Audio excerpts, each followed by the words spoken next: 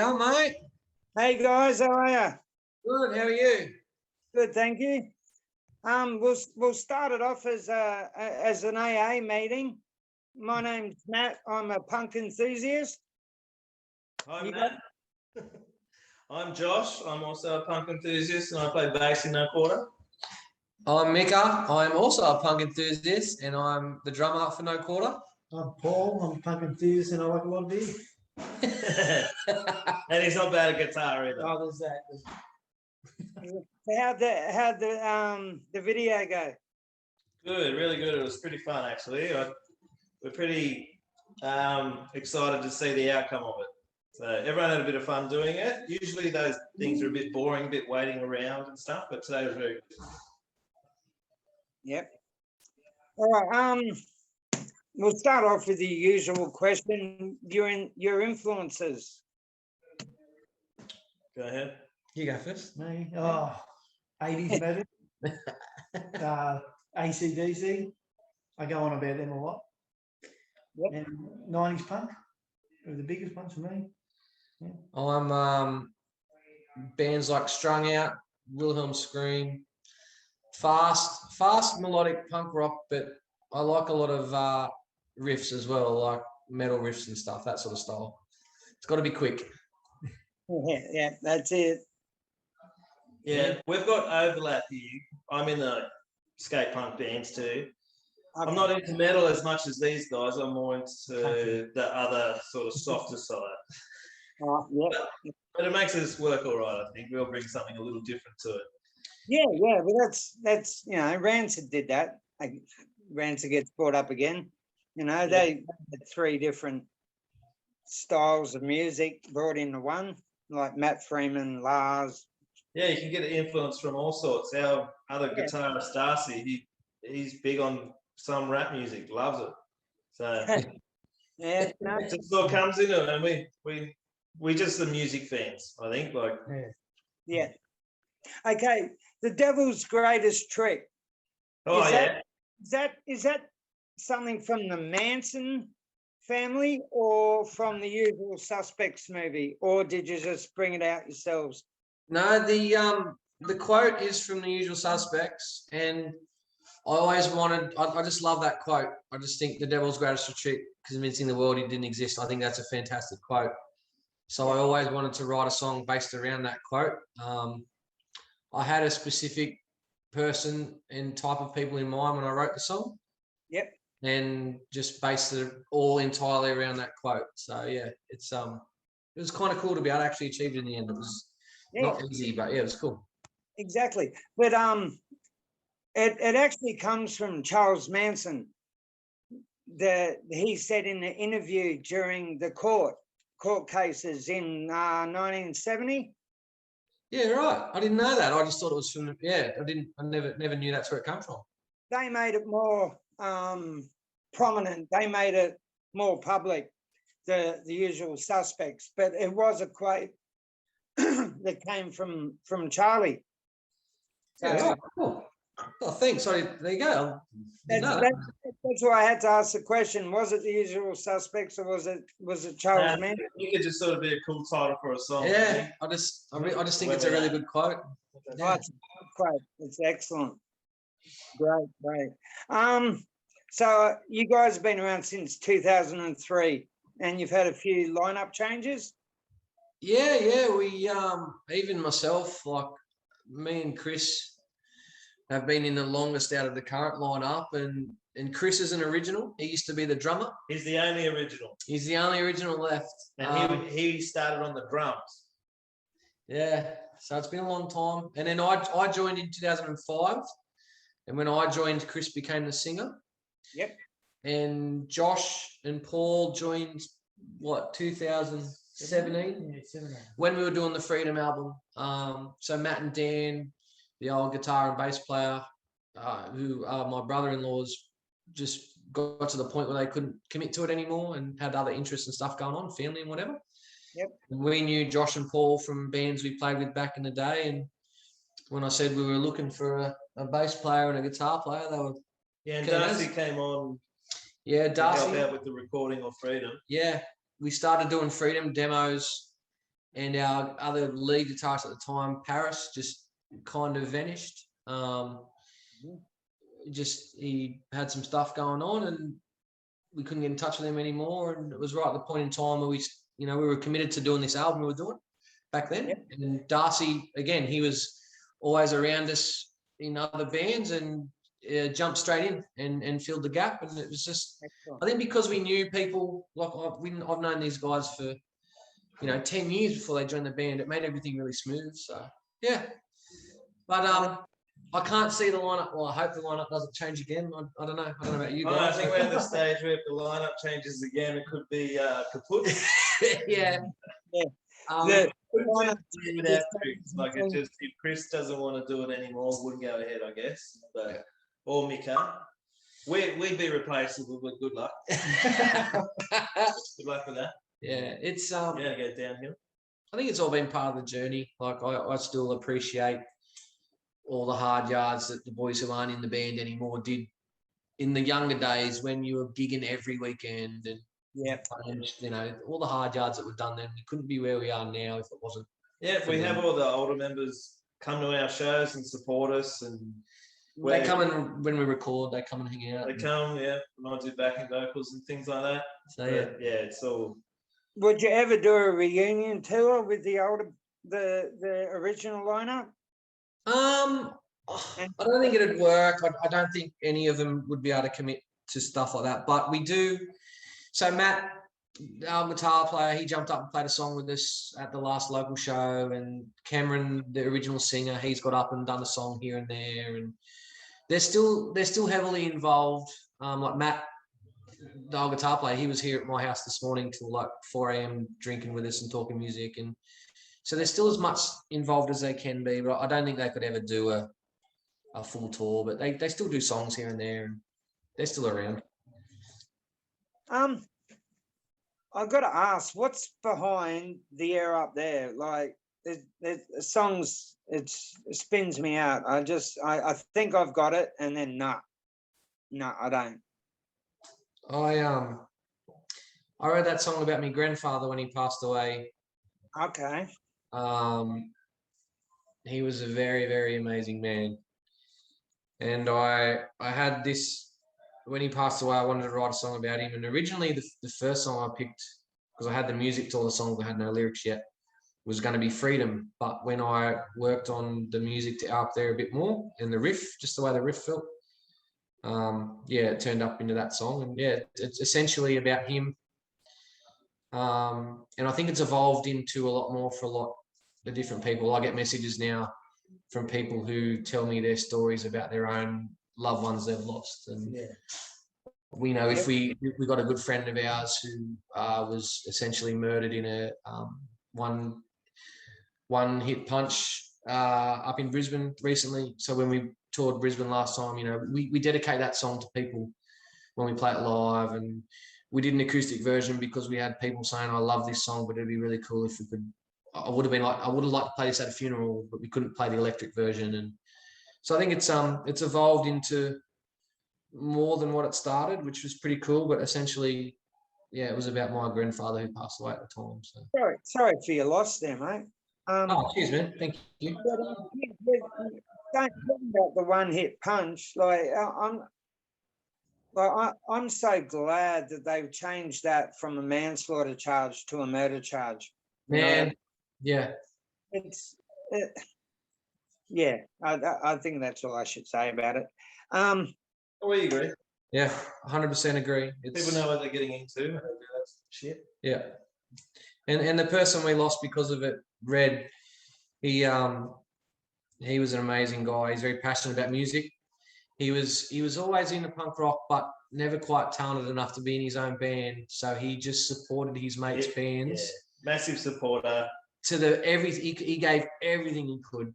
And it was the way it went down. He just found a spot in his life where he was really good. He just started a skateboard company called Broken Skateboards up in Brisbane. Yeah. He was in a really good spot, and then that happened. So I'm 100% behind the whole. It's a murder charge, and it should be every time.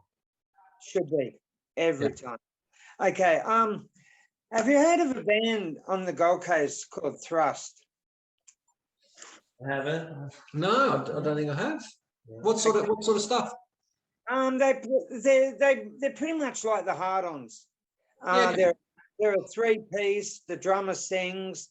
The actual drummer of Thrust used to play for a band called the Dead Rats, which was the Hard-Ons when Pesh was on vocals, and the guy from Thrust, Brendan, he was on drums, and then you had Blackie and Ray on their respective instruments. But they did a song called KFC, and have done it too. Is it about Kentucky or? Yeah. Yeah, About working there. yeah. The old singer used to work at KFC, and he wrote the song about working there. Yeah.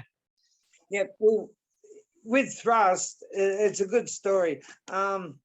We used to go to this nightclub every Thursday night. It was $1 drinks, and it shut at 3.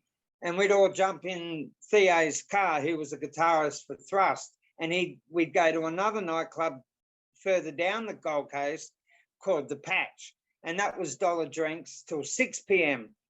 And then Chasing the dogs. we all jumped in his car, and the first stop was KFC. So they wrote this song, KFC, no more Kentucky. But yeah, it's like, give it a listen, because I actually haven't heard your version of it yet. But it should, yeah. They did it, so like it was a great. It even had like the girl going, "Do you want fries with that?" kind of thing. Yeah. Yeah, we've got a bit of Yeah. a bit of that going on. Our version is pretty much the old singer Cameron used to work there, and it was pretty shitty, and he just wrote about his experience there. But yeah, we got a bit of fun stuff in it as well. Mhm. Excellent. Did you do any covers? Oh yeah, actually. we did Paul, look that. at his lineup. You tell him what we did. Well, we recently did a cover of Damage Inc. by Metallica. Yeah, it was a hell of a challenge, but We did it. it was worth We it. did it. We haven't played it live. I don't know how that's going to go, Yeah, but I'm sure we'll get there. We'll do fine. yeah. Yeah. Oh, you're always taking a risk when you're doing a Metallica cover. But, Yeah, it's like you're not going to do better than, so you may as well just do it like yourself, and Yeah. that's what we did. yeah. Well, hey, the Chats got away with it. They did a Yeah, cover, they're and on that the Black Album tribute. They got a song on there. It's crazy good. Yeah. Yeah. And if you know their music and you hear that, it's like, no, that's not the Chats. You're like, it's totally a different sound, it's just totally different to what the Chats are all about. We're kind of like these guys and the other guitarist Darcy. They're like big Metallica fans, big thrash metal fans. I like it, but I'm not into it as much as these guys. And our music has a lot of riffs. It's very riffy, so it's not a huge leap for us. Yeah. And Yeah. me and Paul, back when Paul was in other bands, we used to always get drunk and say one day we're going to do a Metallica cover, and we finally got the opportunity where we released an EP in the lead up to the album that's coming out as like not only was it like a lead-in work, but also it gave us a bit of a trial run on the mix and all that sort of stuff. And we needed an extra song, so we said let's do this Metallica cover we've been talking about for forever.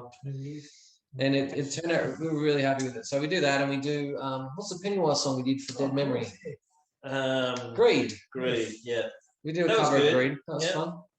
That was Yeah. good. I made a little video for that. It's on YouTube. Yeah, so that was with Dead Memory Records down in Melbourne. Okay.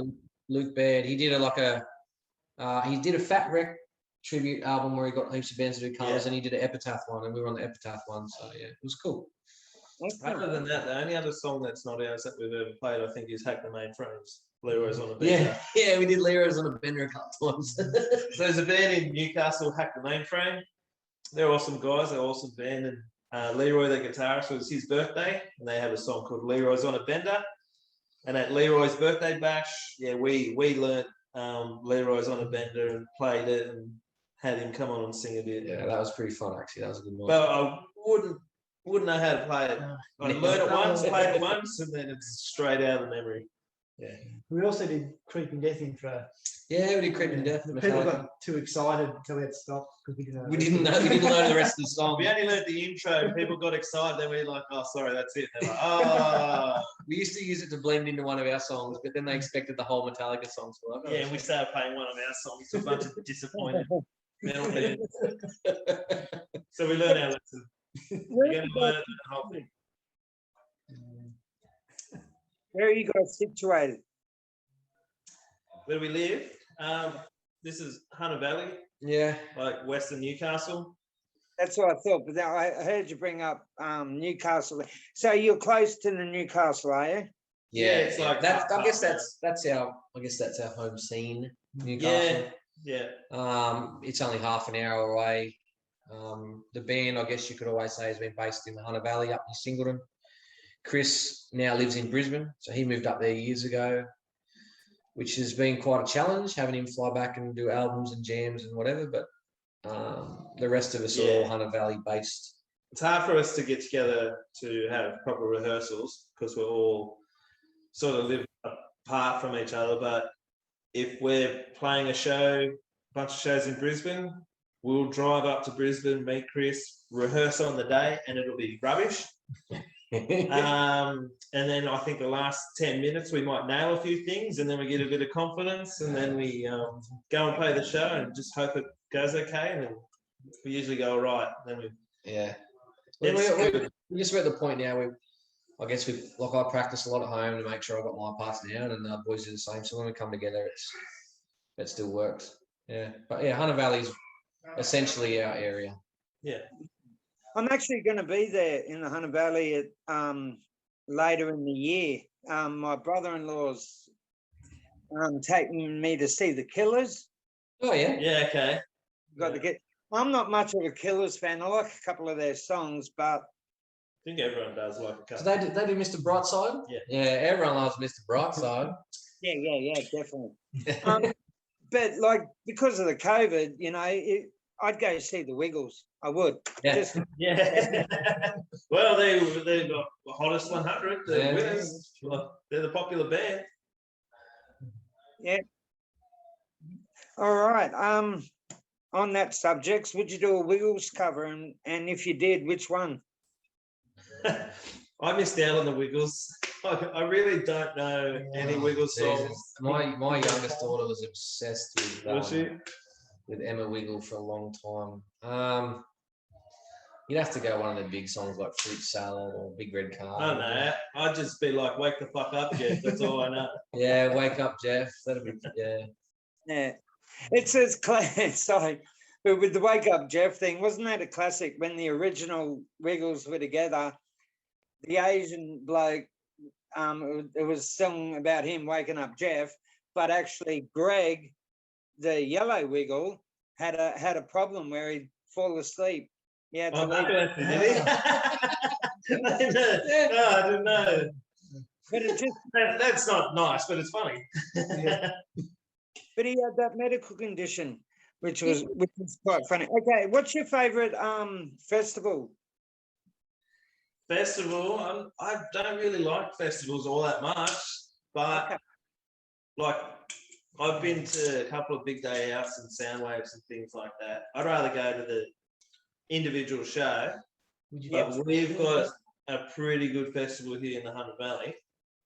yeah. Thrashville's pretty cool. Thrashville's a pretty cool festival. It reminds me of and it's probably a good lead in actually Warped Tour. If I had to pick a favorite festival, it would be the old, like late '90s, early zeros Warped Tours, where That's they're not full bad. of '90s skate punk style bands, and there was skateboarding and BMX, and it was Yeah. cheap. It was at showgrounds. That's what Thrashville felt like. So I went I to wouldn't the go to the camping tours, I just hate camping. yeah, I hate camping. Yeah, no, I went to the first Warp Tour. I think it was 96. Yeah, Yeah, wow. It was the Vandals. I'm trying to think. Otherwise, Wise were the last. They were the headliner. yeah, And then I went to it again in 97 and with Suicidal Tendencies. Yeah. And that was in Byron Bay, that one. And And yeah, I think the Warped Tour was a great. I think a lot of kids got into punk. Huge, yeah. Yeah, massive. Yeah. Of, See, around that time, 96, 97, well, I was in like, what, year 8 or 9? oh, okay. Natural, yeah. So we couldn't go to those, we didn't get to go to those festivals, but they definitely had an impact on how popular that type of music became. I remember going to 97. Why couldn't you go? You're in year 8. I had my 4-year-old on my. Yeah, I went to 97 at Newcastle Showground. Just from a poor family. They told me I couldn't go. I remember 97 was NoFX, and I think it might have been Blink. And we saw Melvin and the Blink guys like going for a surf at Newey Beach the next day. And we're like, oh my God, there's Eric Melvin from NoFX. Because we were like young weed smoking teenagers at the time. Sorry, Mum. And it just blew our minds. You could go to a festival and watch these bands that you idolize and then like see them the next day just hanging out in the streets. It was pretty cool. You like Blink?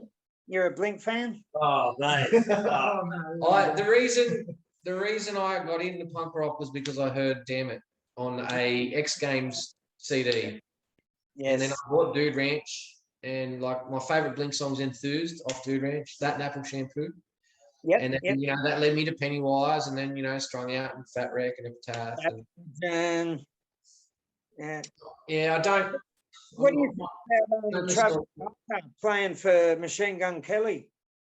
I actually like the Machine Gun Kelly album. Some of it's kind of cool. That song he does with that Halsey chick. Yeah, beautiful. That's his daughter. Really? Yes. Oh no. Sorry. Way more knowledge than we do. Yeah. He brought his I, on stage when he did that. He brought his daughter on stage when he did that song with Hales live. Because my kids are into it, and like I thought, no, I can't stand this sort of shit, and like I wouldn't listen to them. And then I watched the movie about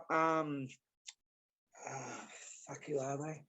Motley Crue. If you've seen Dirt, the movie, yeah. Machine Gun Kelly plays the drummer. Yeah, he does. Yeah. Yeah, and that's when I thought, okay, I've watched the movie. This guy's an actor. He's great on the drums.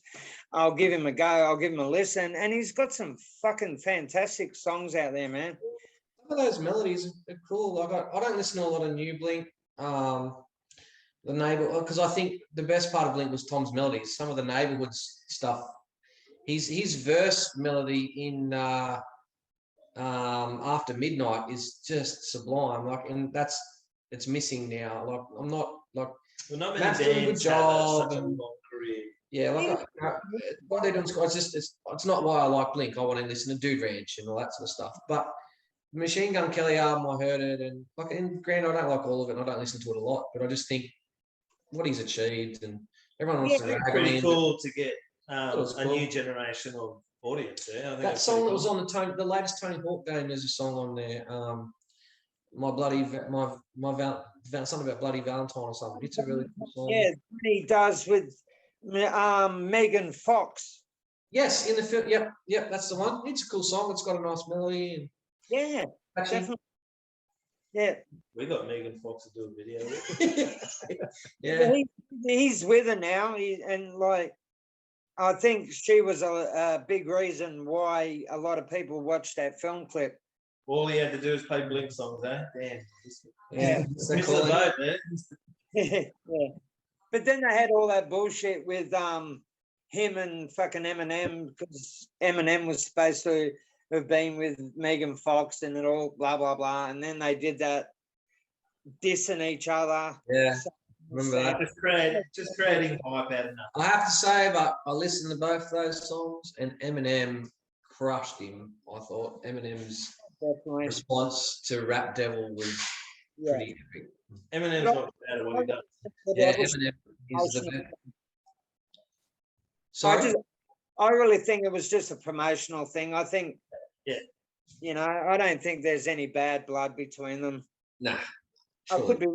could be wrong, but hey, Eminem did it with Snoop Dogg. You know, it's something that's like like the Foo Fighters, they always have to bring someone up on stage with them to play a song with them now.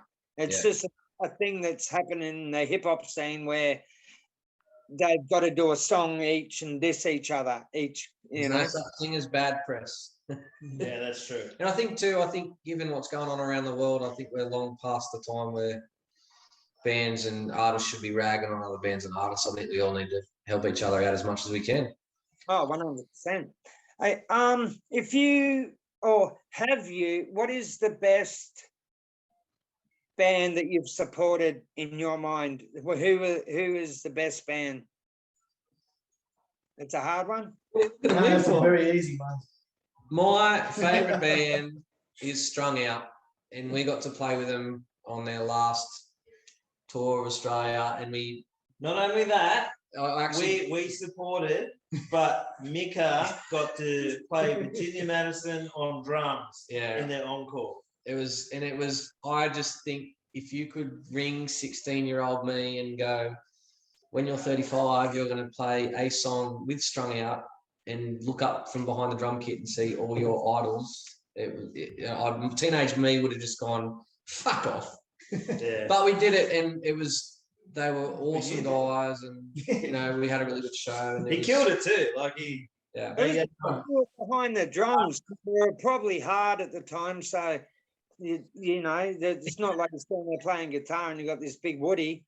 Yeah. It was that for That's me. why it was so fun. Yeah, 3 sticks. Strung Out, hands down. But we did the Guttermouth. We did 3 nights with Guttermouth. Guttermouth was really good. fun. I heard a lot of stories about touring with Guttermouth, but we had a ball and they were really good. I'm a Guttermouth fan and I really enjoyed the whole time. I thought they played great. As cool as he is on when you see him on film, is he as cool as Mark? Is he like? Because And he was very, and obviously I think he's had a lot go on in his life to this point. But the tour we did him in 2019, he was very humble.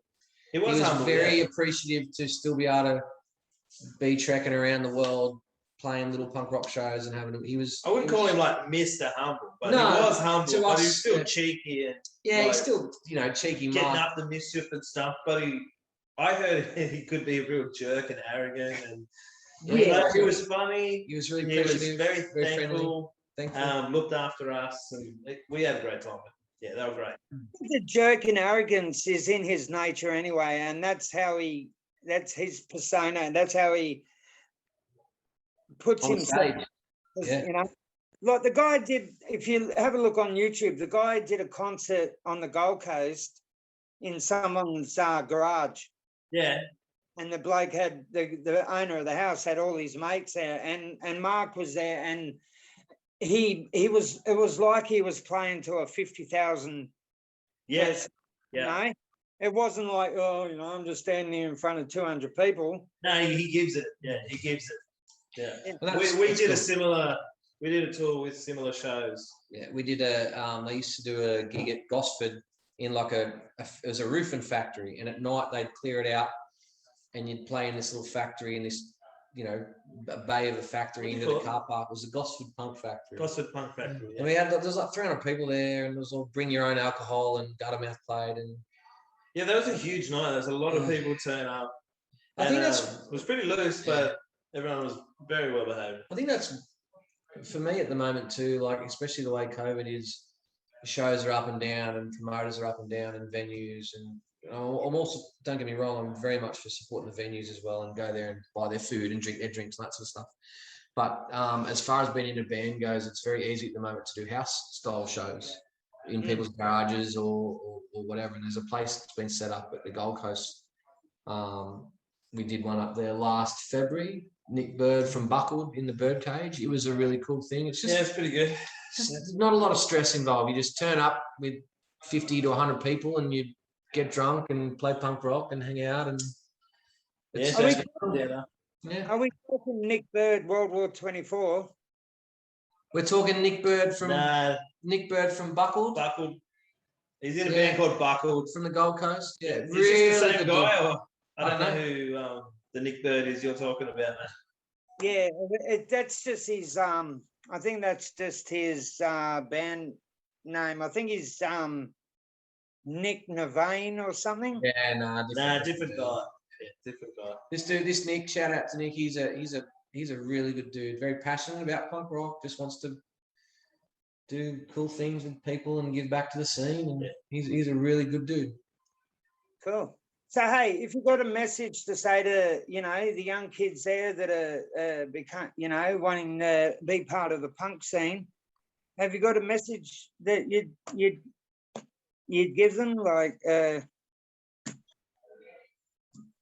I'd say like if they're really into punk rock and they want to do it themselves, be themselves when they do it. Yep. Because a lot has been done before. Just have your own voice, and I would love young bands to see young bands up and coming. That'd be great. If we could do more all ages shows, that'd be. All age shows are almost like a past now, aren't they? They are, and we've done like a couple, but like there's not that many young kids there. Most of it is older people, but it'd be great to get young people into punk. That's why the Machine Gun Kelly stuff, if it gets young people into it, great. It's like Mika said, he got into punk listening to Blink, and it was a stepping stone. He listens to much better music now, but it got him into it. Mine was seeing Offspring like on a TV ad, and just opens a whole world. I think, pretty much. Like, I guess the people that are still our age, like 37 and 40 and whatever, the ones that are left playing 90s style punk rock and, whatever style of punk rock. Yeah. One's left are doing it because you love it. Like, none of us are the next big thing. None of us, we all know that, we get it. But to trek around the countryside away from your family and your kids and take time off work, and we do it because we love it. It's a hobby. Like, yeah, of course. Keep it fun and enjoy it, because it can be stressful and it can be a lot of hard work and it's a lot of balance with your family stuff, but it's fun. Keep it fun.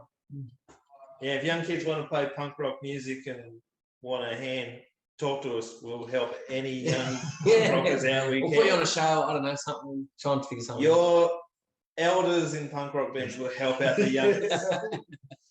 Yeah, just come and see us. And please, if someone out there's got all ages shows, send me a message. I'd love to do more all ages shows. I miss being able to go like the PCYC and the loft upstairs at the old what was that building they tore down at Newey? The Palais. The Palais, like shit like that. Like, you don't get all ages shows like anymore. Stuff. Yeah, no, it's wrong. They've been doing it for the last 30 years, tearing down. Because I've been into the punk scene since 82, 83. And the venues that we used to go see bands and everything, like they I don't know if you know the place, but they're pulling the Lansdowne down. Yeah, I saw that this week. Yeah. And on the Gold Coast, they pulled the Playroom down. They pulled the Patch down. They pulled the Currumbin Hotel down. And they're pulling the Lansdowne down for a fucking hostel. Yeah. You know what I mean? It's more profitable, I guess. It's you want to come over to Australia, get a fucking motel.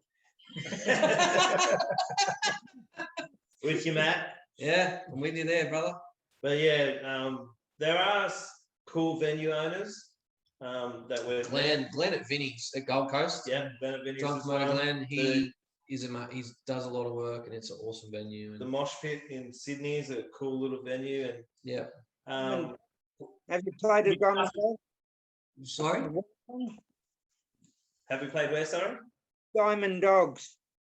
Yeah. No, was that Wollongong? Yeah. We've done. I remember many years ago we did. I think it was Dicey Riley's or something down there. Dicey, yeah. No, that's a really small place. Yeah, it was tiny. But actually, good friends down there. Top Novel and Last. So after this album, I want to try and get back to Wollongong. We actually, I don't know if you remember a band Lost in Line from Wollongong, like early 2000s, similar style to us. We're really I've good friends with them. I've been Wollongong since 2002, but I've only started getting into the Aussie punk rock scene again, because I've been stuck in the 80s and the 90s for 30 fucking years. Yeah. Nothing wrong with that. Then I'm getting old. I didn't know much about the internet or anything, and my daughter got me onto the internet. I got onto this punk scene of punk rock site, and I thought, my fucking god, there is actually still a good fucking a good scene out there in There is a Australia. whole world out there. There is a whole world. And that's what we find when we go to Brisbane or Melbourne. There's usually one band that we see and we're like, oh my god, how did we know about these guys before? Like, they're amazing. But you wouldn't have known them if You weren't going there. and playing weren't shows going with them. out to see them and look for it. You know, it Yeah. doesn't get thrown at you. You have to go and find it. And there's a whole world out there. It's great. That's why I started this show, because I wanted people to hear the bands that are coming out now. People in my position that, the 80s and the early 90s Aussie punk, blah blah blah, and didn't, because I stopped writing for bands and I stopped going to bands because I've got 8 kids and don't Jeez, really, Get a really chair now. You sit down. I didn't really have the, and I wasn't, because of I didn't know much about the internet. I wasn't up Up to to date. what's been going on in the last 20 years. You know what I mean? And now that I have, like, I interviewed Top Noble not last year. Mick is drunk for them as well. Yeah, I'm a they're drummer. boy. an amazing bunch of guys, and I just thought, my God, I did Buckled, I did Radio Rejects, Crashing the Carpenters, and I thought, my fucking God, and I started listening to their music, and it was like, okay, this is not the Splatterheads, the Space Juniors, it's not the Hard-Ons, it's not I Spit on Your Gravy, but the 2000s of the punk music scene's fucking mad. It is. And Yeah, there is good local music releasing good stuff. I probably listen to that more now than stuff off Fat Records and Epitaph and things like that. yep, because that's what I did. Once the 90s turned up, I started listening to NoFX, Bad Religion, Yeah. Strung Out, Unwritten Law, MXPX. Started listening to all this shit, and I went away from the Aussie punk scene because I thought, I didn't think that there was much happening, but there is, and it's fucking beautiful that there's people out there that are keeping it alive. You know what I mean? Yeah, it is. It's really, as Josh said, you meet. I've got some really, really good friends now that I've met just purely with bands that we've played with in other states or whatever. Yep. If it's like if you build it, it will come. If you look for it, it's there. Yeah. It's really good. It is really good. That's why, shout out to all the venue guys who run venues, the ones that have been and gone, but they kept it alive for a while, at least. They've done their part. A place to play is hard to get. Yeah. And then to get people to come. But like once people come, they're in. They really are. Yeah. So, yeah, So cheers to you, Matt, for running shows like this, and it's really a good thing, Like, well, what else were you going to do? You may as well do something good. Yeah. Appreciate what you're doing, man. Yeah, we It's do. cool. I appreciate you guys taking the time to have a chat. Yeah, well, yeah, our singer and Paul our doesn't guitar talk player much, but still recording. They're in the background somewhere, but if you ever want to chat again, we'll get those two on next time since they missed out on this one. So yeah, definitely. Yeah. Yeah. There was. I had a question that it was the question of the day. I can't remember it. Cape Town, it mustn't have been that poor. So Must- what? I'll ask you a question, Matt. Yes. How did you get in contact with us? Like, where did we come up on your radar? On Facebook, Yeah. because I'm Facebook friends with Chris Carpenter and all these people, Sean Leone, Yeah. and then I get these things. You might know, or Yeah. yeah, blah blah blah, and I look at it, and there's probably about 50 people out there in the last week that have got a little message on their thing saying, "Are you in a band?" Okay. Yeah, and I'm trying to get as many as I can. Like I've got 28 bands already saying that they're going to be on the show for this season. Like season That's one. awesome. That's good. That's really good. Really good. So shout out to all those people spreading the word. Have you watched any of the interviews that I've done? I watched the Top Novel one and the Crash on the Carpenters. Yeah, Um, yeah. yeah, it was cool. I got to do a shout out to my sound tech. He really did well putting that together. Like the first interview I did was a band from Canada, actually, called Marstonate and the Reprobates. And it was a 35, I do 35 to 40-minute interviews. This one lasted 4.5 hours. Jesus. There's a couple of beers in that, isn't there, Matt? Like I was that pissed at the end of it. Sound tech knocked it down to just under 2 hours. Like he cut out a lot of shit because we were talking about American football versus. Oh, yeah, I'm sure not all of it was quality, but a lot of it was. And, they actually did. If you listen to the intro, they actually did the intro and the outro songs. Oh yeah, cool. Yeah, and I like sharing a drink with Matt. I think they did that pretty good. So watch that interview. That was my first interview, and I was that pissed because I was that nervous because it was the first time I'd ever done this. So I'm a delivering mess in the interview, but the band were great. Like if the band fucking excellent. So I that's why I've been I've been putting out like, yeah, watch Top Nova, watch Crash and the Carpenters, and once people get in, oh, I like this show, then I'm saying, yeah, give Marcinate a look. But I didn't want that to be a first impression because I was a mess. At least you're honest about it. Yeah. All right, there's nothing wrong with being nervous. Paulie's pissed and nervous before every show we ever play. I don't think he can play, so You can't play sober. gets the Hands jitters. going. Yeah. Yeah, good.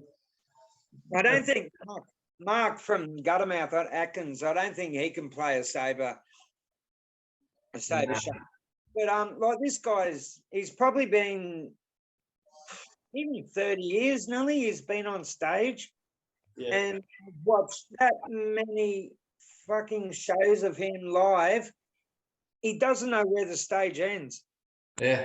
Because I've seen at least 20 times he's done it, you know, and he's been on the stage for how many years, but he still doesn't know where the fucking things. You're shouting at him. Whoa. We're good. So you guys are close to Newcastle. Do you know the movie Black Rock? I don't know. No, but is that about the lagoon or Glenrock, whatever it is? It's about the a girl named Lily who went to a party at the surf club. It's a true story, and she got raped and murdered. And I Hate People this one. I just want to know, because it doesn't say in the credits or anything, who the band was that was playing in the movie at the surf club. Yeah, don't know. Sorry. Yeah. And I look and I no, it doesn't look like Silverchair. So Yeah. What year? What year?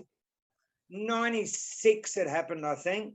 Oh, Jesus. So I would, yeah, we'd be in high school. But Yeah. we probably know people who know. Someone would know, surely. I'm surprised Craig from I Hate People didn't know. He been around a long time, Craig. Yeah, well, he actually was at the party in real life, not the movie party. He was actually at the party Yeah, yeah. when it went down. And he doesn't know who it was. He said it might be, and he gave me a name. But yeah, I've always, it's since I watched that movie when it first came out, and it came out about a year after the actual incident. And these guys were great, and I don't know if if they were just a session band. Yeah. or Don't bunch know, of- sorry. Don't know.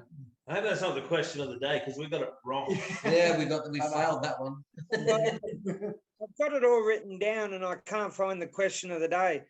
But I think it was The Devil's Greatest Trick, and I stuffed up and said that one first. That's all right. It was a good starting point. Yeah. Yeah. So, touring. You guys got anything coming up? We will when we finish this album, which we're wrapping up today. We're looking at bringing it out in April. Yep. We'll do the usuals. We'll do a Queensland run. We'll do a Victoria run. Obviously Corona dependent, but we'll do Sydney. I want to do Wollongong. It looks like we're going back to Perth in October, which will be really cool. Excellent. Lines up. We've got some supports lined up. Yeah, it'll yeah. So we've got No Fun at All in Newcastle, Mad Caddies in Sydney. yeah. So we'll be as long as Oh, Corona Pairs. yeah. I hope that tour happens. So yeah, if Corona stays away a little bit, we'd love to hit the road again, and especially off the back of the new album. We've been holding off doing shows for a bit because we want to bring the album out and then do it. So yeah, it'll be cool. Excellent. If we come to Wollongong and actually get it lined up, we'll get a beer in real life. Yeah, definitely. Yeah, if we do Wollongong, it'll be with no, not with you guys. Yeah, so I want to tee year. something up with Top Novel, and we'll do Wollongong with them. I think they were good dudes. So I think our the thing we want to do before this thing ends is the Japan tour. yeah, we had a Japan tour booked. Of their punk. Yeah, man, it was crazy. It was a 5-show tour in 6 or 7 days, and dates were booked and everything. And then Chris, our singer's partner, got cancer, and had the ensuing battle with that for quite a long time. She's lucky. She was not that as a person who's right to fight cancer, but she's very mentally strong and took it on, and she's out the other side of it now. And hopefully down the track we can book that tour back in. It was going to be a lot of fun, I think. So. She's very mentally strong. She beats us up all the time. Yeah, she's a hell of a chick. So Yeah. good on. And Chris, like both of them, I think that was a very trying time for both of them for a long time. yeah. So Oh, Tough people. Well, my prayers are definitely going out to us. So yeah, cheers, man. Thanks for that. She's as I said, she's doing really well now. It's really good to see. She looks she's out the other side now. Like when you look at her now, you wouldn't be able to tell. She looks healthy. Her and Chris are really good. They've since had a kid together, and both of them thought they'd never have kids, so they've now had a kid, and they're doing really well. It's really good to see. So yeah, excellent. That's great. Yeah, when you would have, only 5 bookings for Japan. Like they love their punk over there. They're just like, yeah. I don't know. Like it was just the guy that got in contact with us. He basically presented us. He goes, "I want to do this," and it was like 5 dates in. I think it was 6 or 7 days. We got like a tour day in the middle where he was going to take us sightseeing and. For one day. Yeah, like while we're in this area, we're going to see this, and it was a pretty hectic schedule, but there's a lot of driving. But it was, I guess you could probably stay there longer. But for us, I mean, we've all got, I've got kids and a wife, and we've all got full-time jobs, and Yeah. you know, Paul's got kids, and Josh works away from the rest of us now, and I think a week's probably doing longer than a week. You know, I talk about balance a lot with your wife and kids. Like a week's probably a good amount of time to be away from home before, Yeah. you know, like I'm not saying that like me, not that my wife's, you need to be home. My wife's amazing. Like we literally filmed our video today for our new song in our ensuite of our bedroom. And every time we record, we take over our house. But like, I miss my wife. I miss my kids. Like I don't want to be away from them for longer than that now. I'm 37. I work enough and I'm away from them enough. So I think a week's a good amount of time. So yeah. Yeah. No, I that, hope we can get that to work one day. Japan will be my goal. I think we'll definitely aim to make sure we get that done once, or hopefully if things settle back down again. and as you were saying, family is the most important thing. You know what I mean? Have you ever like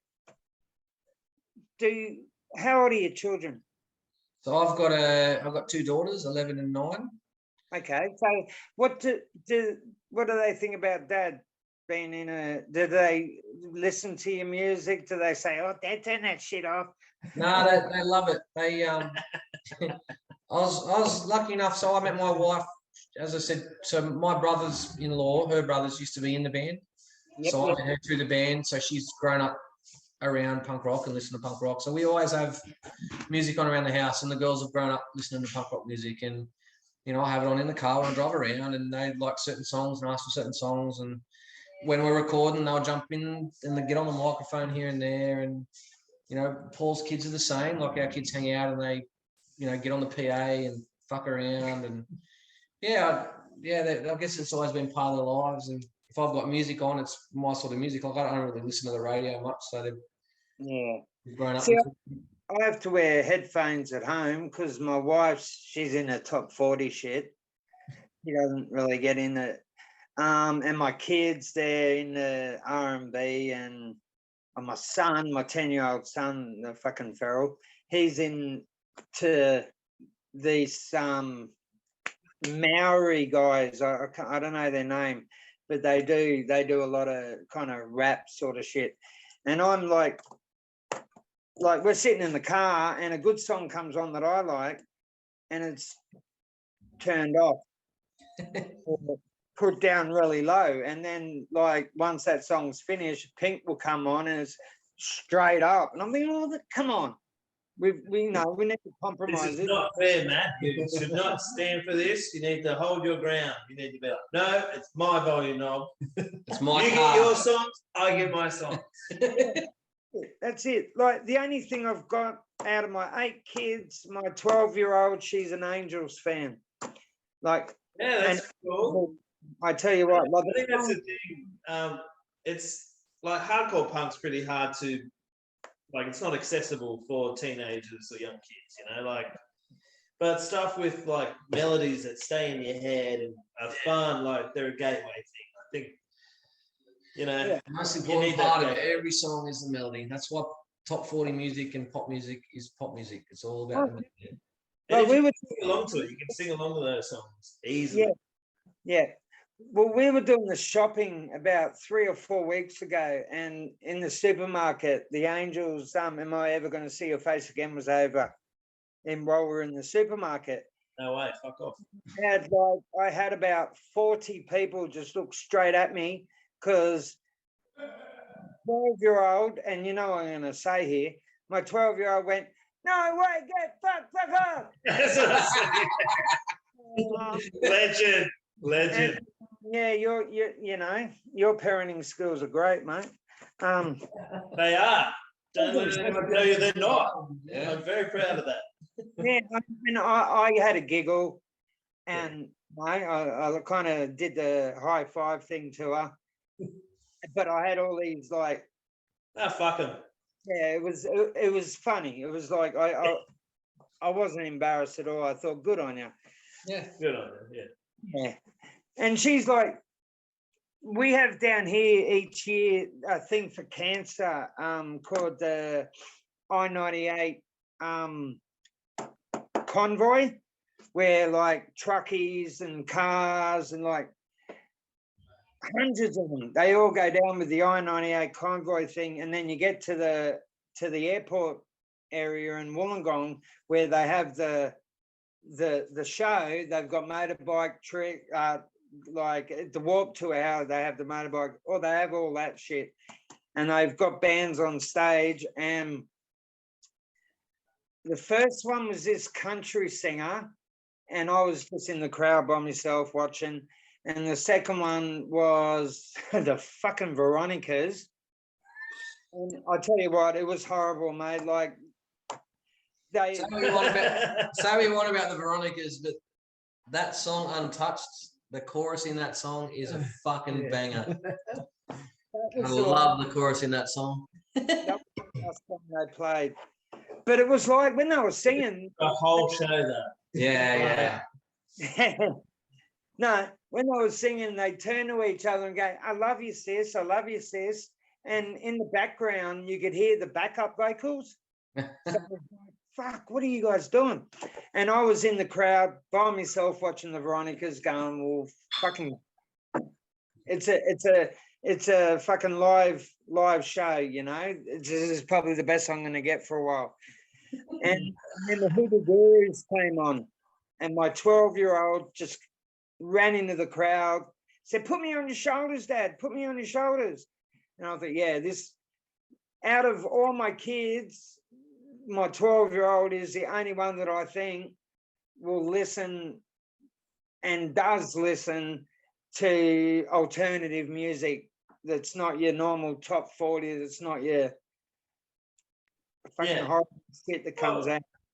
I think when you're young, it's easier to listen to. Easier Maybe to as they listen get to. older, Matt. Maybe as they get older. Yeah. Yeah. Well, I try. See, I'm not a fan. I just think Charles Manson's an innocent person. And my 14-year-old, she's gotten into this Little Peep. I don't know if you've ever heard of him. He's just a rapper from America. He ended up dying. His songs were about incest, drug abuse, self-abuse, and all this shit. And I said to her, why are you fucking, why are you listening to this guy? Why are you putting so much time into this bloke when this is what he's all about? And she said, "Shut up, Dad. You got 5 Charles Manson shirts. Why are you fucking dealing with Charlie Murderer?" Which is what they call him, Charlie Murderer. So she had me lost for words, but Imagine so. Yeah. Oh, I don't even know what to say to that. That's kids don't miss much. You're right. oh mate, Good future, that girl. you want to know the truth, you ask the child. Adults will lie. Oh, are you Well, there? you're frozen. Like, Yeah. Paul knows that. Yeah. Kids, they're brutally honest. oh, definitely. Like, you go, "Do I look fat in these jeans?" And your missus goes, "No, you're right." And the daughter will go, "Actually, yeah, you do." Good on. Yeah, no, they're great. Kids are the greatest. I think. Honesty is. Speaking of, Well, Asher, can you get me a full of beer, please, from the beer fridge? And Josh, so a can and 2 bottles. I actually have to get a torch on. Thank you, darling. 2 seconds. 3. What Yeah. See, I reckon we should stop the interview for a second because I really busting her. So he's gone to the toilet. I'm going to quickly go too. Yeah, cool. Let's do a toilet break.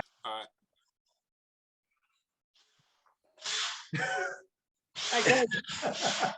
So if you got, Our singer's just doing shit off camera. if He's been funny. This you, is just what. Get in there and record it properly. no, New vocals today. if you guys were able to put together a festival, what bands would you have on that festival? Oh, easy. You go. You go first. All right. International band, Yep. Wilhelm Scream. local band, Australian band, would be Awake Now from Melbourne. They're unreal. Okay.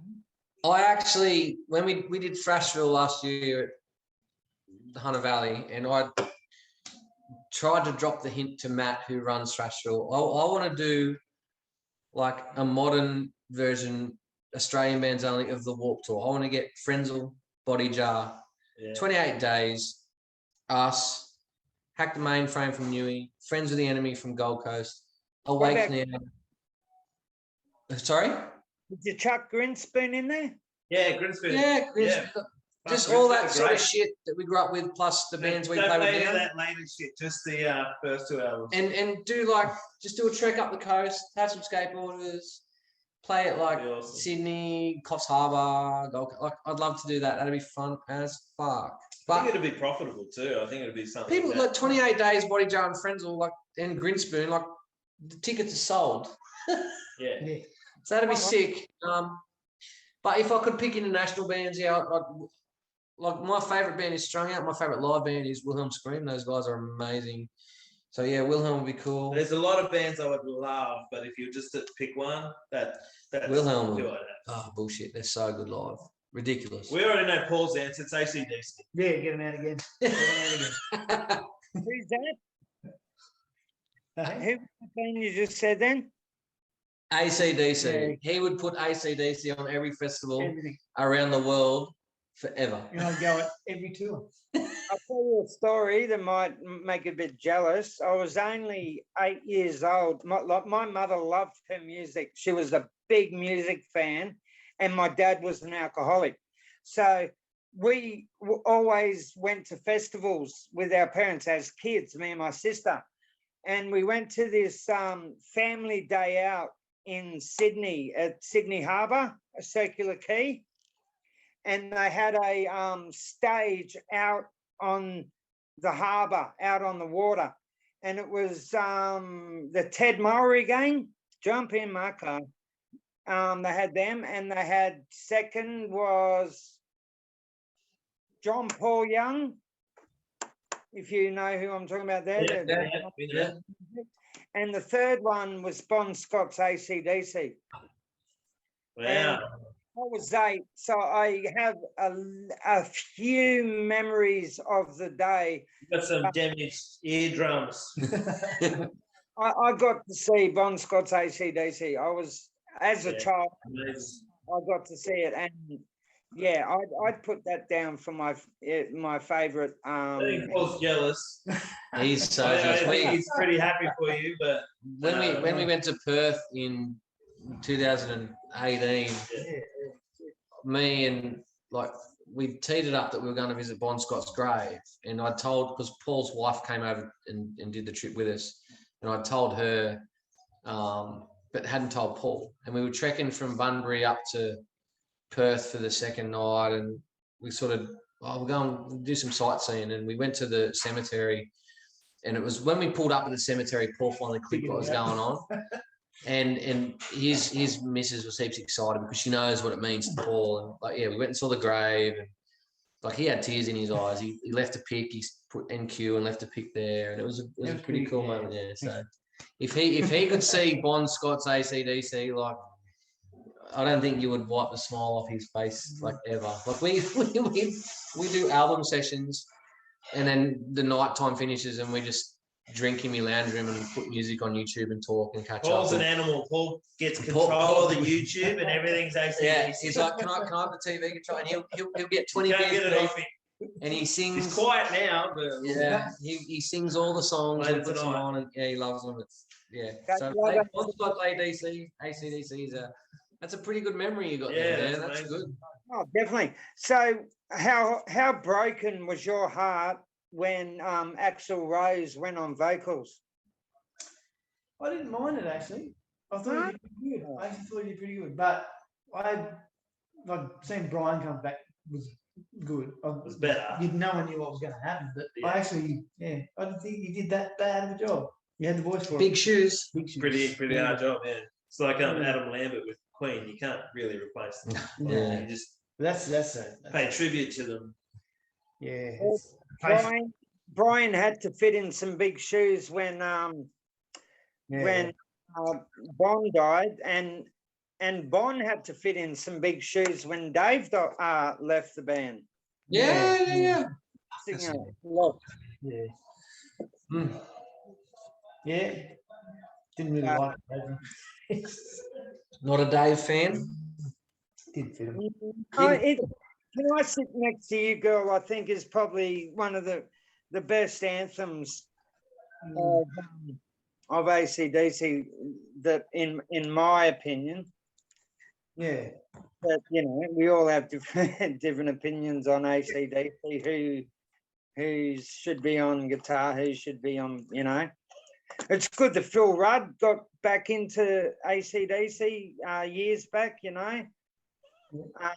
was great that they took him back. Because they kicked him out, but it was great they put him back. God, 20 odd years ago or something. But yeah, so you didn't mind, the Axl Rose situation. Sorry? You didn't mind the Axl Rose situation happening. Well, as long as it was temporary, but I do think he did a good job. He had, like I said, he had the chops, he had the pitch, he just did it. He was good. But he was too tall. I have to admit, he was too tall. The guys in the band were like shorter than you. Okay, right. No, if you AC/DC I'd things, don't be rather tall. Axl Rose AC/DC than no AC/DC. I don't think he Yeah. did that Yeah, big it of a was- service where you like cut it It out. was a means to an end. They Yeah. needed a whole food for a while. I thought he did. Yeah, I thought he did well. Hope we never have it again. Whatever keeps Angus playing the guitar, mate. Like, Yeah, it's funny because I've like walking the streets in Sydney and you got buskers and someone says, play Bob Dylan's Knocking on Heaven's Door.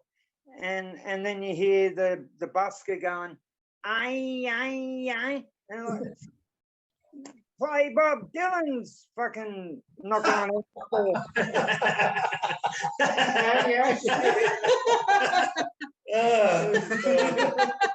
That's classic.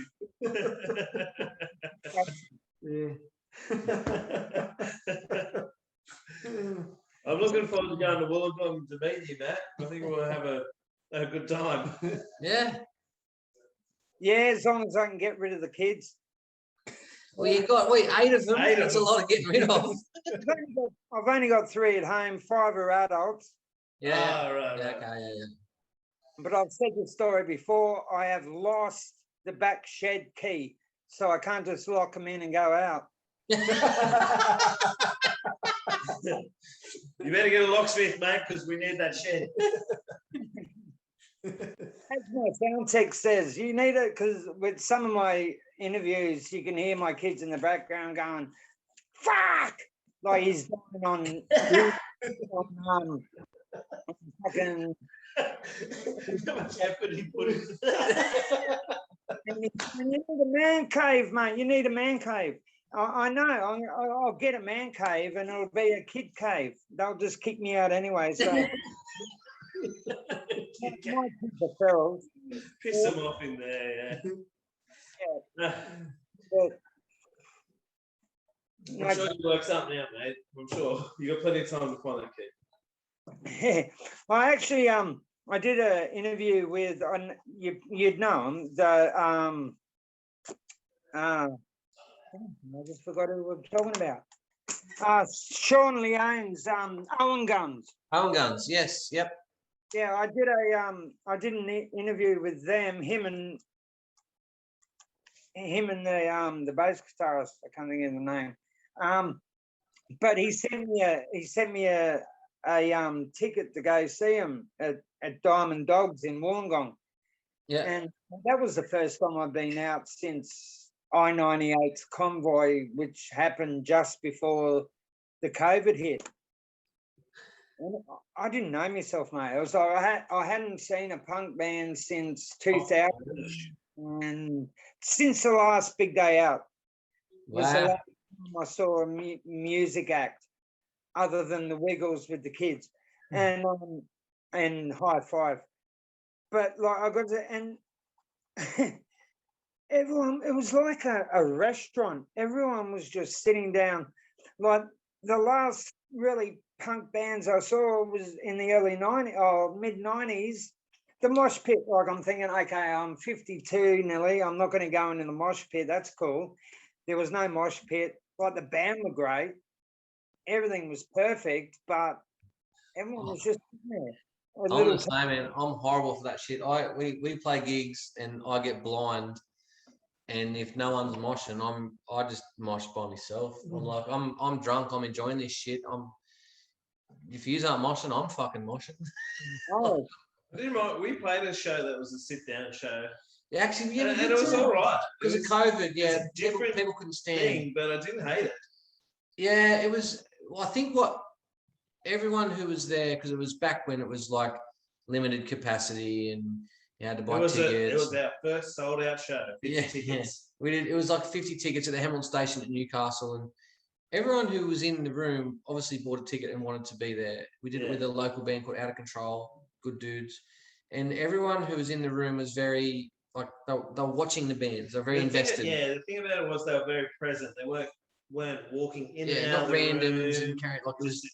You So know, it was cool. going And it out. was kind of like intimate. Like we That's got what to I speak liked with about people it, between songs, and like when it's usually loud and everything's going on, like you actually got to speak, and it was to and fro. It was cool. It was cool.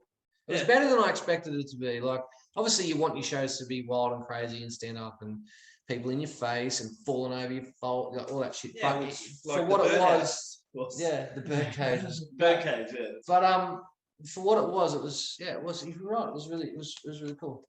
it was a birdcage show and that show are very different, Very different. but Very different. both great. Yeah, because we did them like a month apart or something, didn't we? After that, we went to Queensland a month later. Yeah, we were allowed to play again for a little bit. Yeah, and then COVID came back. Like So- now, like COVID where did back. you play when you played on the Gold Coast? What venues were you playing? So we do Vinnie's. Vinnie's. Yep. We've done Vinnie's 2 or 3 times. Yep. We've also done Burley Tavern 2 or 3 times. Nice on the beach. Yeah, well, Burley Heads Taverns. It's more out the back of Burley. It's not near the beach. No, I know what you mean. Yep, you're near Burley Park. Oh, I'm not sure. I don't know the Probably area more well than enough. us. Yeah, I know it's out more towards the motorway. Yep, It's on yep. one of the motorway. Yep. They've got a really cool back room. There's a big open, like outdoor tavern area, and there's a back room that bands used to play in. And then you've got the pool tables in that other room. Yes. Yep. So it was cool. And then we've done last time we're up there. We did the house show at Nick's house. So we've done Gold Coast a few times and We usually do them. Well, we do like a Gold Coast one, on a Friday, and then and then we do a Brisbane one, and we always go to. we've done 4ZZZ, the radio station up there. Yep, The yep. car park shows. The car park shows are Oh, mate. one of my favourite shows to do. They're great shows. Yeah, you don't get to do that. Whether A lot. playing or just being a punter, they're awesome. Yeah. shows. No, I broke up with my missus. Fuck, what was it? It was 92, maybe at the latest or earliest. And I overdosed because of the breakup. And I ended up I wake up I wake up at this psych ward in Brisbane. And anyway, about a week into it, this guy comes up and he goes, "Oh, I'm escaping. I'm going to this fucking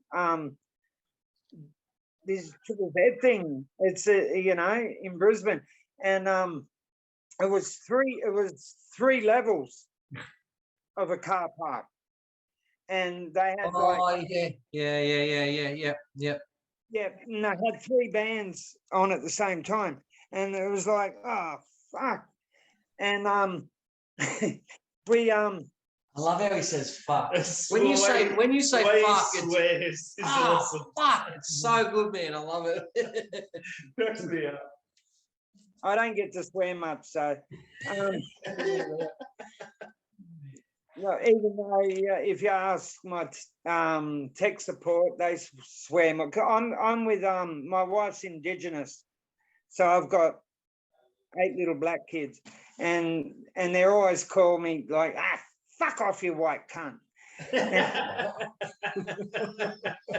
Funny because I turn around to him and say, hey, you're half white, you little shit. So don't fucking come up with that crap. But yeah, no, this Triple Z thing, the show had finished and we're going, fuck, how are we going to get back? How are we going to get back? We'd spent all our money on piss and shit. So we walked into the nearest cop station and said, can you give us a lift home? And they said, are you joking? You know, what are you on about? And I said, oh, we're supposed to, we're actually patients at this psych ward. And, I was funny, mate. It was hilarious. And we did it again about 3 weeks later. The Bad Ronalds were playing in Brisbane. We did the same thing again. And the cops didn't play the game the second time. So we rang a cab and the nurse that was on that night, she had to pay our cat fare from Brisbane. It was like a 25-minute drive to the hospital. Well, when you keep going, Wow. And yeah, it was great because this hospital, it had its own bowling alley, golf course, movie theatre. Like they had a guy there that had been there since 1962. They actually forgot about him. Like no one of his family. This guy, he'd been there since 1962. The guy looked like Santa Claus. He had this grey beard going down to his belly button, and he just got lost in the system. But back to my stories get a bit boring. So, give me some stories about your live acts. Has any shit? Have you had to stop because the security have chucked someone out, or? No, not really. I think we played Port Macquarie. Is it Jay? Oh, fuck. Jay Heaney? Yeah, Jay Heaney from Port Mac. He's in a band's called Scruffs? Scruff. Yeah, it's somewhat, yeah. Scuffs? Scuffs. They're pretty good. He's been, really good dude. We went to Port Macquarie and there was this little venue called the Lounge Room. It was underground. And like if you went out the side of the bar, it was like an underground car park and really cool vibe. It was good. And they had a decibel meter. So once it got over to a certain level, the power cut off on stage. So they had a lot of complaints from nearby apartments and stuff. Yep. And yeah, it was battling that all night. Like we got halfway through the set, or not even halfway, and the power cut out. So then I had to like pack me kick drum with a heap of shit because him and the sound guy were trying to figure out what was tripping, like what was the loudest thing that was tripping the sound meter. And yeah, we sort of figured it out to be the bass drum. so we just put a heap of padding in it to dull it down. And then we were fine for a while. Yeah. Then we played, like every band's played. We've played our set. We're doing the last song. And then Jay's just like, yeah, fuck it, let's crank it up. Let's turn it up for the last song. But as soon as he did, like the power went out. So we literally played the last song, was just my drum kit keeping time. And we did it a cappella. Yeah, cool. We did. It was IKY, and the chorus is just get off my fucking property. So that's cool. We just repeat that a lot. So we just kept doing it. And then the power kicked back in just in time for Paul's solo. Yeah. And then we started the chorus again. The power went out again. So we did it a cappella. But everyone there loved it. Like it went down really good. We did, it was actually before I joined the band, there was a show up so before I joined the band, back when Chris was the drummer, they did a lot of local shows at Singleton, just a little pub called the Percy. And I was lucky enough to do a couple of them after I joined the band. It was, honestly, I wish we could go back to the Percy. I think it's now the Horse and Jockey or something, and do a show there. They were just, because back then, for a bit of context, Singleton's a mining town, and yeah, I was just there's not a lot of live original music there, especially back then. So to have one Friday night every 3 months, No Quarter used to play last at midnight because it was a late pub. All the other pubs shut early, so you had to be in by midnight, right? So No Quarter would play at midnight, and other local bands would form or whatever. And it was pretty hectic and out of control. And you'd fill the room, which was the restaurant during the day. And one night it got that full on and that hectic. They actually called the riot cops out because there were too many people trying to get into the pub and people trying to push past the security guards and sneak over the back wall to the servo. And they had the riot cops called and they shut the place down and tried to kick everyone out. And then people didn't want to leave. And there was literally cops in shields at one of the no quarter shows. That was pretty fucking cool. So that was probably the most hectic show we had. We had another gig at the Arana Hotel at Swansea, which is a known, like, if you're playing in a pub at Swansea, you get in a fight. Like, it's just a rough area. And I remember at the time, I just started going out with me wife, and she was obviously the little sister of two guys in the band at the time. And we were playing, and halfway through our set, like, there's a dude giving a grief in the crowd, and she's not one to take a step back from anyone. So she turned around and gave him a gobful and told him to fuck off. And he's standing, because I'm short. My wife's this much shorter than me. So this dude's standing over her. So I jumped off stage at this guy going, get the fuck away from my girlfriend. And then his mates come in and the band. So yeah, we that was an interesting night because we got in and all that was settled down. And then we started playing again. And then it happened again because one of the blokes who used to follow us around heaps, the locals decided to pick on him, and he was our mate because he was just a good fan. And so the show stopped twice for fights. we were in them, so we actually got into two brawls. I just love how you had a fight and then played yeah. again. Oh, we'll calm down. We'll start again, and then so we got into it. We got into two brawls whilst playing one set, and then after the second one, the pub said, "That's it, no more music."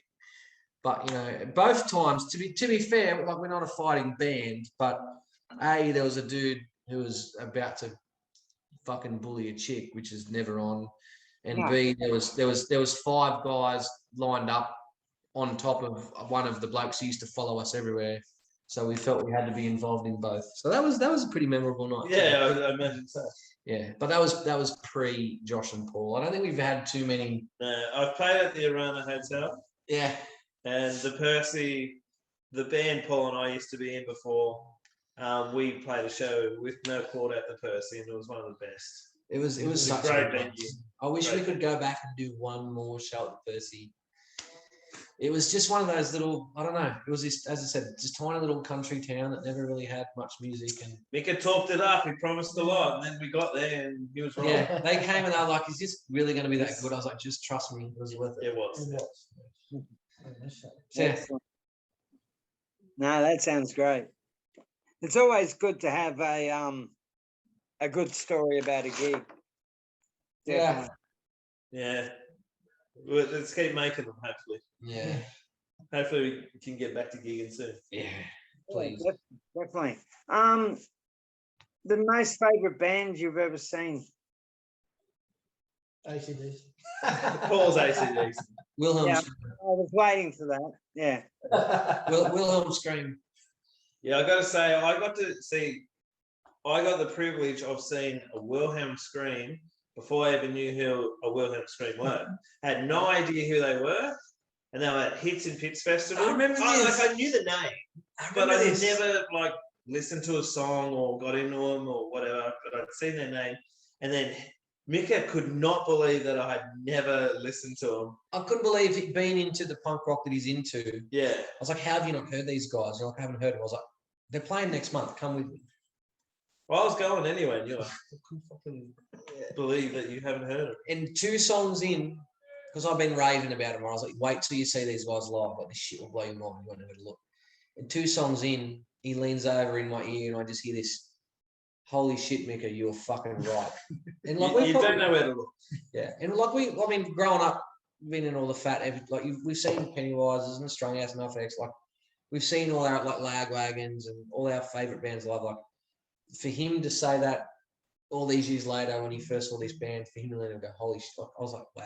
I don't think many people have seen a band that they ends up being their favourite band without hearing them first these days. That may have happened a lot. Back in the days, you saw a band, you probably, Aussie bands like Midnight Oil, people probably saw Midnight Oil without hearing a record. But that doesn't happen anymore. The record's always there first. Yeah. But I could see a Wilhelm before I even knew a song, and Yeah, they blew me away. You like stories? I got a nice story about Josh. I'm gonna give you a shout out. I haven't spoken to Josh or Paul. I had through messages and stuff, but I hadn't seen them for a while just because at that stage they were living on Central Coast, which is probably hour and a half south of where I was at the time. And where I'm living now, back in 2015, we got there's a massive storm. Our house got flooded. And basically we had to move out of our house for 4 months while they ripped it apart and rebuilt it and whatever. At the time, Wilhelm Scream were on tour and playing in Sydney. And Josh had seen Wilhelm, like, I think it was 2 years before it hit some pits. And as I said, I hadn't spoken to Josh for ages, and he'd messaged me, he's like, we're going to Wilhelm. I'm like, yeah, man, we are. I had a lot going on, obviously, with my house being rebuilt. And he's like, dude, don't worry. We'll sort it. And Josh lived ages away from me. He drove all the way out to where I was at Greta. He walked in the door. He hadn't seen Kira, my wife, for years. He walked in the door. He gave her a big hug. And Kira's never forgotten it. She was like, I haven't seen Josh for years. And the first thing he did was give me a hug. And because it was a pretty depressing time for us, right? He drove me all the way to Sydney. I got on the piss. I got rotten drunk. It was a tiny little bar, and we watched Wilhelm. And it was just like I really needed that at that point in time because it was a fucking horrible time in our life. Right? He drove me down. He drove me all the way back out to where I live and dropped me back off. And he was just happy to be able to do that, knowing what I had going on, and I'd never forgotten it. That's fine. It was great. Yeah, it was a hell of a night, and I think, like even now, like if I was to bring my missus on screen and go, "Hey, remember that time Josh took me to Wilhelm?" She goes, "Yeah." Like it meant a lot to her what she did, what he did for us, and just the fact that, as I said, we hadn't seen each other for a long time. We kind of kept in touch here and there. Same as Paul. Yeah, we're in touch, but we hadn't physically seen each other. Yeah, and it was just like, no, we're going to Wilhelm. And if he didn't come and get me that night and take me and go out of his way, like I probably wouldn't have had too much going on, whatever. So that was a really nice moment. Yeah. It's always good to drag your mates to shows. Yeah, sometimes you need it, and I really fucking needed it then. Yeah, so that was cool. I went and saw it at the Playroom on the Gold Coast. I don't know if you've heard the band Frozen Dobermans. They're kind of they're 80s heavy metal band, thrash metal. Right. Yeah. It could be up our alley, but no, I haven't heard. I know the Playroom. I remember being in the Playroom before a show, but I don't know. I've got a Besser brick from the Playroom. Yeah, right. I went to I lost my virginity at the play. I went there when I Thanks was for sharing. What was his name? 13, and like I went fucking for years. Like the Playroom's just if I have to tell stories, millions of them about the Playroom. Like I remember having my 18th birthday there, and I'd already been going there for 5 years. That's amazing. Yeah. And it was the same manager. And I said, "Oh, it's my 18th. You're going to show me a drink?" She goes, "Matthew, what?" I said, "Oh, it's my 18th." And she goes, "No. I've been serving you for 5 fucking years. Well, it was the Playroom. I think that was a great venue to see bands. Like my most favourite band, and they're not punk, but some of their songs are pretty punkish. The Divinals. R.I.P. Chrissy, but like that would have been, I would say, better than an 8-year-old seeing AC/DC was the Divinals at the Playroom 93, maybe, I think. Wow. And that, as we're on to the favourite band you've seen live, that was mine. The Divinals. Cool. Like she was brilliant. I'm so upset about like they've reformed and they got this little 18, 19-year-old girl singing for them. And she's just like putting the slut persona on. She's like, Chrissy didn't, it wasn't her. As hot as she was. It was just her. It was just her personality and her, because if you don't know, the Divinals played when they played in the early 80s, she would actually stand behind the drummer and sing. And it wasn't till 84, 85 that she actually put on the school uniform, and I don't know if drugs were involved or what, where she got that that new wave that you know, that she's not hiding behind the drums, and she'd get up on stage and she'd stand out the front and she rocked the place.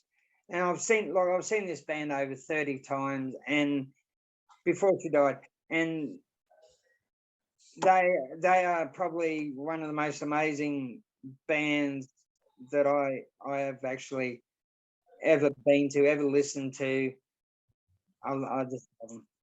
But that was I totally understand that. Yeah, You hear him talking about it, he's like, yeah. that's cool. Yeah. I like that shit, man. I like hearing people talking about, well, not talking about, like, when they tell a story about a band or a music moment, when they want to keep rehashing it and get chilled. Like, it's cool. Yeah, it means something. Yeah. welcome to have a share a drink with Matt. The bar's shutting in 10 minutes, so we've got 10 minutes to go. Righto. What do you Uh, want to ask in 10 minutes? What do you want to do? if you guys want to splurt out some shit or something. Not really. I think we've covered a lot, but we're just, yeah, we've got this new album coming out. We're gonna That's start the playing big one. shows. Yeah. The new album's going to be, it took longer than we thought. We went 8 months where we couldn't get Chris over the border because he lives in Queensland away from the rest of us. So it sat stagnant for 8 months. Well, not stagnant, in the interim. Darcy was editing and mixing and all that sort of stuff. And I actually probably have to give a shout out to Darcy. So he would love to be here at the moment talking. And He's in the other room recording our singer Chris to his Yeah. last parts of this new album. yeah, and he Without Darcy, we wouldn't have done this album at all. No. He's sounded pretty much. We'll have him on board. Yeah, we'll we'll I'd get love Chris to- and we'll tee Darcy it up next and you time. can chat with him. And I hope he understands how much we appreciate the amount. Like, he does all the mixing and editing and that at home, and he works a full-time job, and he's got 2 young kids. Like, his youngest kid, Eli, would be, I Bit don't over a know, year. 14 months or some shit. Like, you know, he's very busy, and you know, his missus works, and you know, that shit takes a lot of time. And I hope he understands how much we appreciate all the work he does, because I don't think we could have done it if he's not doing this. No. You know, we work slow and we're all busy, and Yeah. we're probably not in the position, especially with Chris being stuck over the border for 8 months. We're probably not in the position where we can just go to a studio and do it all No. in a short amount of time. Like, you know, we have to space stuff out, and same as we do with our shows and tours. Like, no quarter, Rehearsals. no quarter we'll go and do, you know, 2 or 3 shows in a weekend, and then we won't do anything for 2 or 3 months. But then, you know, I think that helps us keep balance, and it helps keep us hungry too, because I think we're all past the point in our lives where we want to be that band playing the same local venue every weekend. Like, I don't know. I mean, I love music and I love playing live shows, but I love time with my wife and kids, and you know, you've got work and you've got whatever else.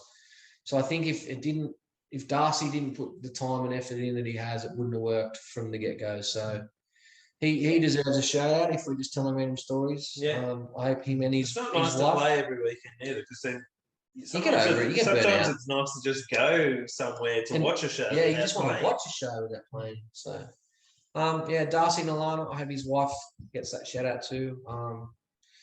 What else could we talk about other than the new album? We did a video today with Kai Smith, like, who is, I wish I could drum as good as Kai Smith. We Well, did has he drummed with Strung Out? No. Well, it. he probably has. He may have. He drummed probably at Madison Square Garden Yeah, he's for a halftime show. Like, he's pretty awesome. He did with No Effects. So he come and we did the video today. It's a so the first single off the album will be, it's called Cry for Attention. It's about social media and the bad parts of social media. Yep. So it's really cool. Other than that, the album's probably not very political as a whole. Not really. It's just about, It's very neutral. Like we said, yeah, mid-April or something like that. yeah. We've got a few Okay. supports lined up. And yeah, we'll be doing like Brisbane, Melbourne, Sydney. Hopefully, get down to Wollongong. Yeah, man. Wollongong. I'm gonna make sure Wollongong happens now. We're gonna come and hang out. We're gonna get beers, brother. Yeah, definitely, mate. I'm in there. Yeah, I we'll mean- do it. I'll make sure it happens. It's gonna listen to you say the word fuck. Yeah. When we come down and play Wollongong, I want to get you on stage to say fuck. I love the way you say fuck. It's very passionate. It's cool. People aren't so convicted. So when they say- Aussie. Yeah. So Fuck! It's awesome. Awesome. my children in the background just go fuck. Yeah, you got to give me a bit of notice so I can find that shed key. Yeah, no Yes. worries. Yeah. All right, dude. Is there anything else you want to ask us before we go? Sharing Nothing you drinks want to and ask? sharing Just thank you so laughs, much the for being stories on the and show. the I really lies. appreciate And it. if the cops come calling, you're my alibi. Cause I'm heading out hungover. There's things I've got to do. But if I could, you know I would stay hanging out with you. Yes, if I could, you know I would keep hanging out with you. Laughing, walking, singing, talking, and all that we could do. Sharing some laughs over the past and finding out what's new. Yes, if I could, you know I would keep hanging out with you.